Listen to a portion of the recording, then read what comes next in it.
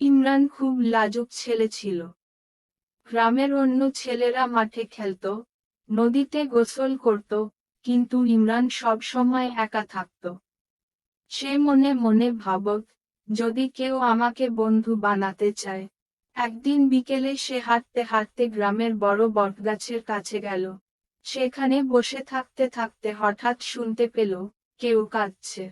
সে চারদিকে তাকিয়ে দেখল, একটা ছেলে গাছের পিছনে বসে আছে। ইমরান কাছে গিয়ে জিজ্ঞাসা করল, কি হয়েছে? তুমি কাঁদছো কেন? ছেলেটি বলল, আমি আলামিন। আমি নতুন এসেছি এই গ্রামে। কারো সঙ্গে চিনি না, তাই একা একা বসে আছি।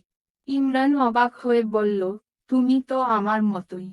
আমিও একা থাকি। আলামিনের চোখ চকচক করে উঠল, তাহলে আমরা বন্ধু হতে পারি।